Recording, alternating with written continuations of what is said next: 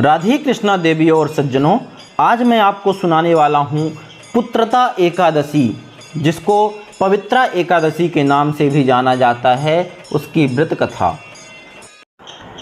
श्री युधिष्ठिर कहने लगे, हे भगवान, मैंने श्रावण मास के कृष्ण पक्ष की कामिका एकादशी का सविस्तार वर्णन सुना।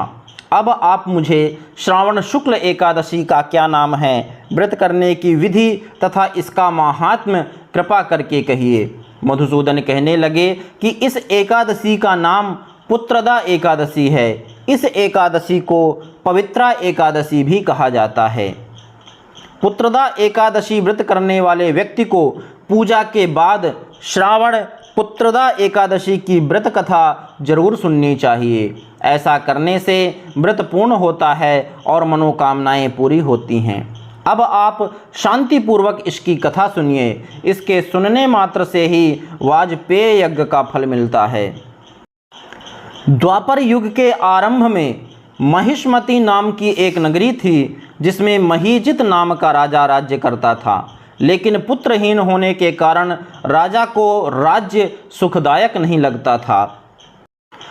उसका मानना था कि जिसके संतान ना हो, उसके लिए यह लोक और परलोक दोनों ही दुखदायक होते हैं। पुत्र सुख की प्राप्ति के लिए राजा ने अनेक उपाय किए, परंतु राजा को पुत्र की प्राप्ति नहीं हुई।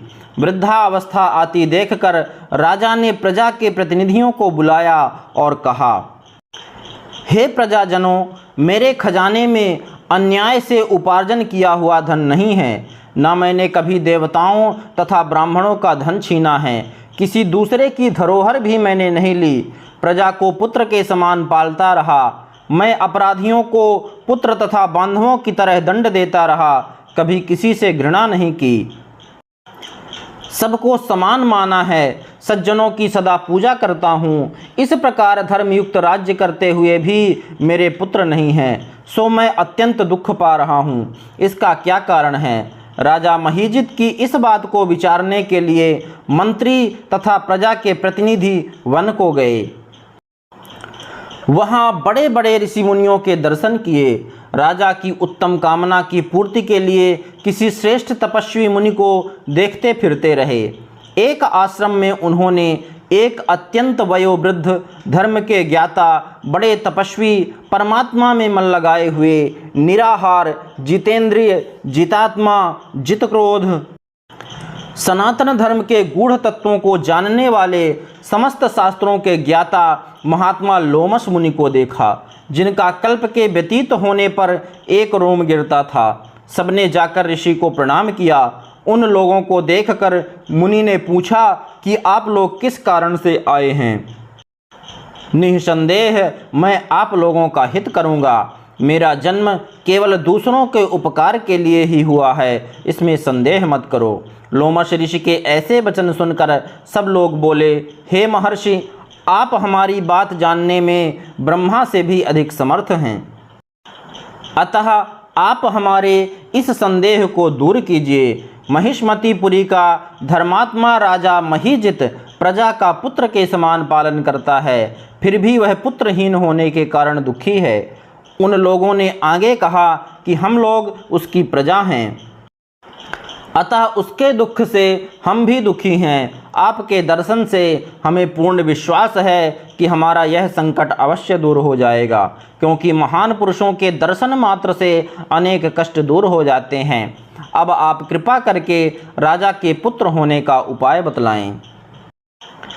यह वार्ता सुनकर ऋषि ने थोड़ी देर के लिए नेत्र बंद किए और राजा के पूर्व जन्म का वृत्तांत जानकर कहने लगे कि यह राजा पूर्व जन्म में एक निर्धन वैश्य था। निर्धन होने के कारण इसने कई बुरे कर्म किए। यह एक गांव से दूसरे गांव व्यापार करने जाया करता था। एक समय ज्येष्ठ मास के शुक्ल पक्ष की द्वादशी के दिन मध्याह्न के समय वह जबकि 2 दिन से भूखा प्यासा था, एक जलाशय पर जल पीने गया। उसी स्थान पर एक तत्काल की ब्याही हुई प्यासी गौ जल पी रही थी। राजा ने उस प्यासी गाय को जल पीते हुए हटा दिया और स्वयं जल पीने लगा। इसीलिए राजा को यह दुख सहना पड़ा। एकादशी के दिन भूखा रहने से वह राजा हुआ और प्यासी गऊ को जल पीते हुए हटाए जाने के कारण पुत्र वियोग का दुख सहना पड़ रहा है। ऐसा सुनकर सब लोग कहने लगे कि हे ऋषि, शास्त्रों में पापों का प्रायश्चित भी लिखा है, अतः जिस प्रकार राजा का यह पाप नष्ट हो जाए आप ऐसा उपाय बताइए। लोमश मुनि कहने लगे कि श्रावण शुक्ल पक्ष की एकादशी को, जिसे पुत्रदा एकादशी भी कहते हैं, तुम सब लोग व्रत करो और रात्रि को जागरण करो, तो इससे राजा का यह पूर्व जन्म का पाप अवश्य नष्ट हो जाएगा, साथ ही राजा को पुत्र की अवश्य प्राप्ति होगी। लोमश ऋषि के ऐसे वचन सुनकर मंत्रियों सहित सारी प्रजा नगर को वापस लौट गई। और जब श्रावण शुक्ल एकादशी आई तो ऋषि की आज्ञानुसार सबने पुत्रदा एकादशी का व्रत और जागरण किया। इसके पश्चात द्वादशी के दिन इसके पुण्य का फल राजा को दिया गया। उस पुण्य के प्रभाव से रानी ने गर्भ धारण किया और प्रसव काल समाप्त होने पर उसके एक बड़ा तेजस्वी पुत्र उत्पन्न हुआ। इसलिए हे राजन, इस श्रावण शुक्ल एकादशी का नाम पुत्रदा पड़ा। अतः संतान सुख की इच्छा हासिल करने वाले इस व्रत को अवश्य करें। इसके महात्म्य को सुनने से मनुष्य सब पापों से मुक्त हो जाता है और इस लोक में संतान सुख को भोग कर परलोक में स्वर्ग को प्राप्त होता है। बोलिए श्री हरि विष्णु भगवान की जय।